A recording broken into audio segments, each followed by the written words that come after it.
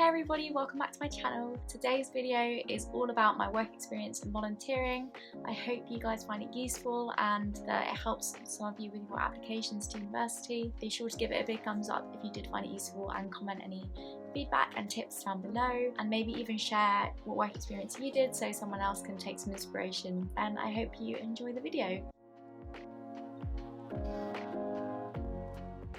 So some of you will remember that in my personal statement video I talked about how it's really important to try and put any volunteering or relevant work experience in your personal statement, especially if you're applying for medicine or dentistry or vet med. So in my personal statement I talked about, I think it was 3 or 4 things: my job as a ward host, work experience at Hazelmere Hospital, which is a hospital near me, a small hospital, work experience at a large hospital where I watched a surgery, volunteering that I did in a nursing home, and volunteering I did at a disability play scheme. So it's five things that I talked about. That's all the volunteering and work experience I talked about. So we'll start with the things I talked about in order of my personal statements. The first one I talked about was work experience I had at the hospital in Hazelmere, kind of near to me. Hazelmere Hospital is a small local general hospital, but it has a inpatient ward. There is one, well, it's kind of 2 wards. It's one ward for rehabilitation split into male and female, and that means there aren't actually that many patients that are staying in. So when I was there for the week, it was February half term 2019, and I basically spent the week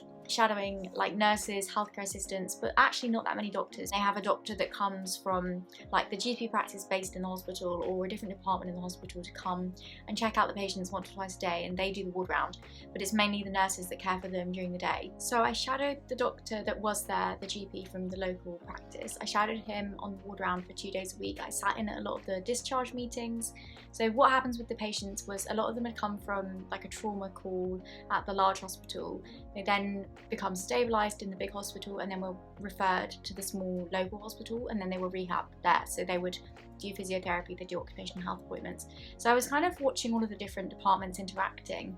So when I talked about that work experience in the small hospital, I drawn it to say how it was multidisciplinary. I saw the physio, I saw the occupational health, I saw the pharmacist, the nurses, the healthcare assistants, and a GP all interacting together. Small hospitals are often, you're not going to have surgery, so you need to focus on the more practitioner side of things. The way I then got that work experience was basically through emailing all of the local hospitals. So I emailed a big hospital, and the big hospital that then refers patients to the small hospital, they have a lady in that hospital that's in charge of volunteering and work experience, and it might be worth going online, having a look and seeing if your local big general hospital has a department that does volunteering and work experience, and emailing the account if there is one.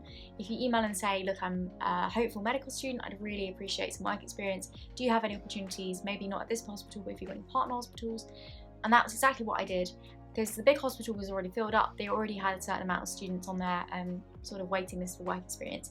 But the lady that was working there very kindly referred me to Hazelmere. I had to be very persistent. I think I emailed about 4 hospitals, and one of them got back to me, and I didn't even get a placement at their hospital. It was at the partner hospital. Then July 2019, the week before I sat my UCAT, I had a week of work experience at a large hospital in Basingstoke, and this is the kind of county hospitals, not for my county but the next county over from me.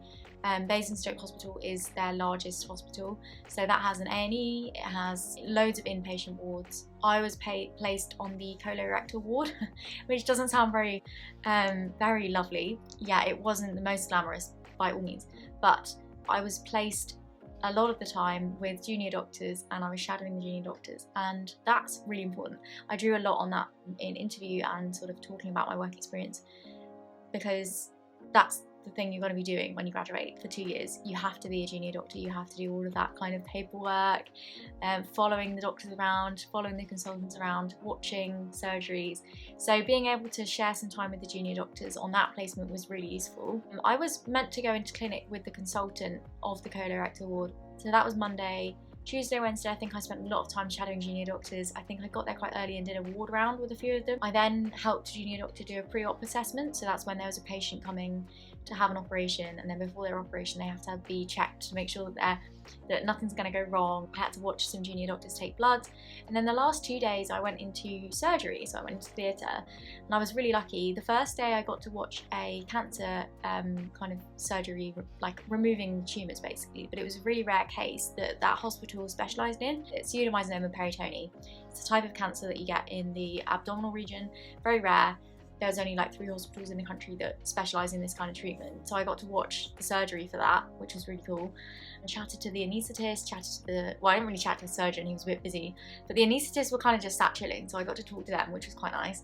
And then the day after that, on my last day, I was in general surgery with a surgeon, nothing to do with colorectal ward, but one of the junior doctors was doing a placement with her. So it was the junior doctor, there was a female surgeon, and they were doing general surgery. So that's things like gallbladder removal, hernia repair. And again, the way I got that one was, I actually got that one through my college. So I went to a really large sixth form college where there's about 2,000 students per year group.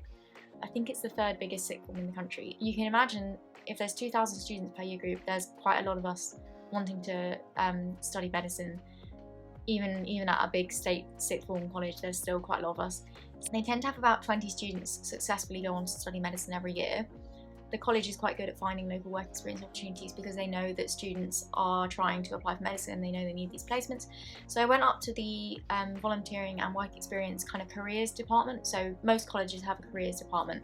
So I went up and spoke to the lady there and said, look, I am really struggling to get work experience. I've emailed so many hospitals, very few of them getting back to me. Do you have any partners with hospitals or know any contacts I could email and organise it myself? And she gave me a form for Basingstoke, and this was about October 2018. So I filled in the form in October 2018, and I got the contact of the lady that was going to be in charge of my form. She was going to be looking at it at the hospital, sent it all off to the hospital, and it wasn't until I think about April 2019, so 6 months later, that she then said, okay, yeah, you can have a placement, we'll give you a week in July. So I did my week in July, and that was my kind of work experience sorted. The only other thing I had was I had a job. So it must have been February 2019. I applied to be a ward host at my local big hospital.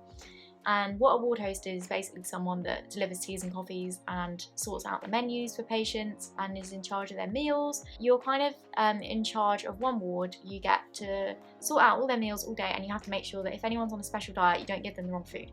So if you have a patient that needs like a low sodium diet, you don't want to be giving them a very salty food because you'd be in big trouble. So that was my job. I was paid for that. And again, I applied for that through the college had in the careers department, they had like a local jobs directory. It flashed up one week that they were recruiting in the hospital, and I just thought, right, I need to get work experience and I'm not having any luck at the moment. So I took it, I applied, went through the whole application process, did the interview, and then yeah, they trained me up, and then I started working in April 2019, did a few shifts, worked through the summer. So I actually earned a bit of money before the pandemic hit. I had a bit of money going like in my bank before I went to uni, so that was quite handy. Then my volunteering. So the first volunteering I talked about, I think it was a nursing home. So there were loads of nursing homes local to me, but I knew that other students were already volunteering at them, and I didn't really want to come across other students from my college and make it look like we were all sharing the same volunteering. So I tried to find hospices or nursing homes that no one else had gone to yet.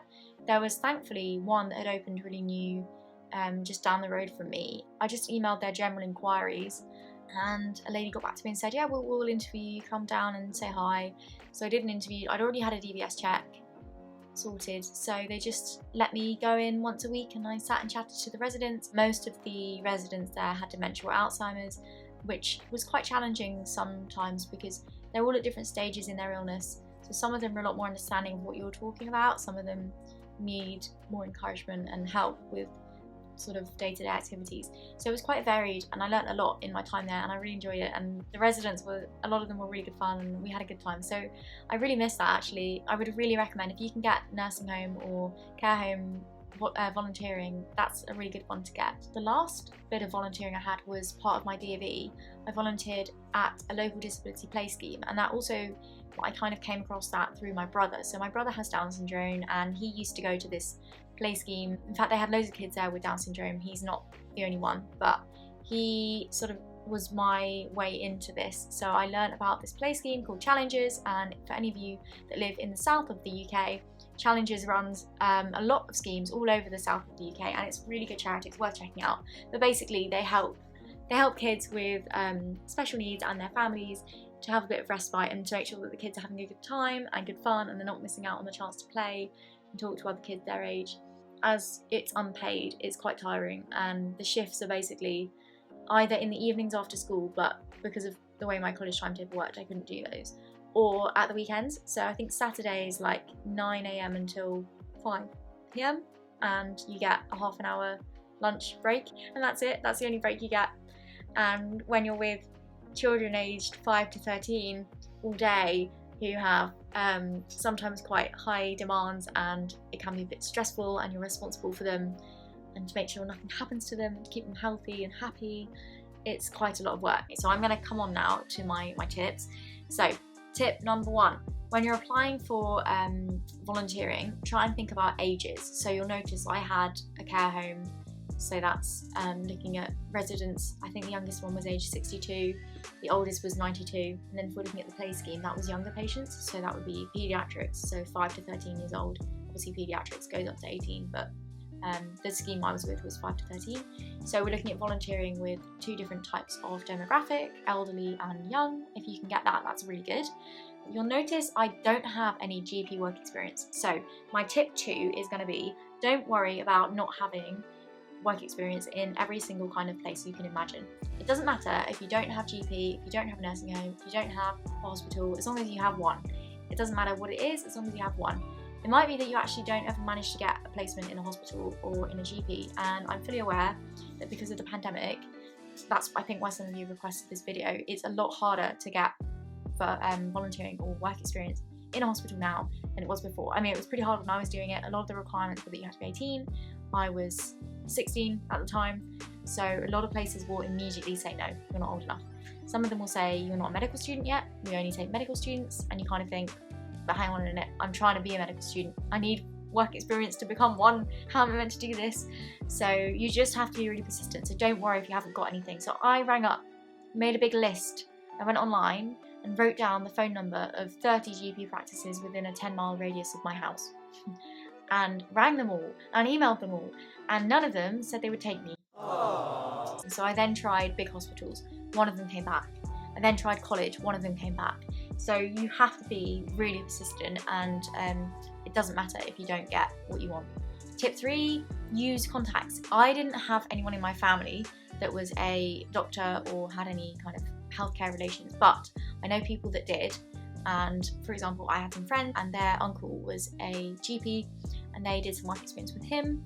I had another friend who, her dad he was a patient of our doctor, and he said to the doctor, oh, my daughter's considering doing medicine, do you by any chance offer shadowing?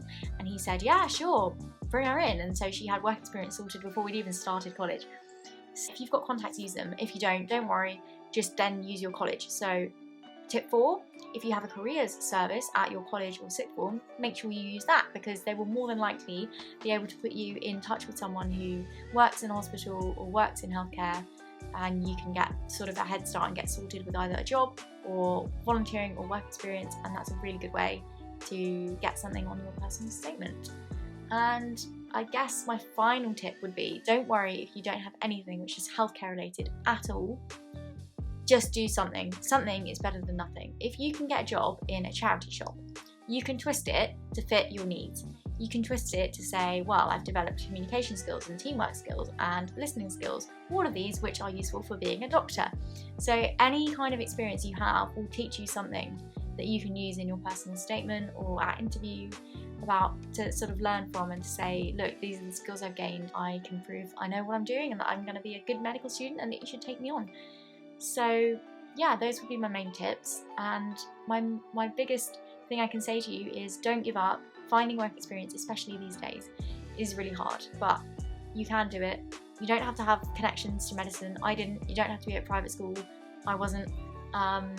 It is perfectly possible to get volunteering and work experience, And if you guys have any more questions about it, do drop them below and I will do my very best to answer them. And I wish you all the best of luck and have a wonderful summer.